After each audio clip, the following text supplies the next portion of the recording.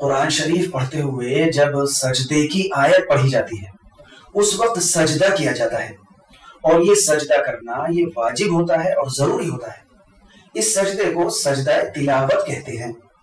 सजदा तिलावत करने का तरीका ये है कि जब आप सजदा तिलावत करने लगे तो दिल में ये नियत करें कि मैं अल्लाह ताला के लिए सजदा तिलावत करता हूँ, और क़िबले की तरफ खड़े होकर हाथ उठाए बगैर, हाथ नहीं उठाने, अल्लाहु अकबर कहते हुए सजदे में चले जाएं और कम से कम 3 मरतबा सुभान रब्बियल आला कहें। फिर अल्लाहु अकबर कहते हुए सजदे से सर उठा लें और खड़े हो जाएं। आपका सजदा तिलावत मुकम्मल हो गया। सजदा तिलावत में न तशहुद पढ़ा जाता है और न बाद में सलाम फेरा जाता है।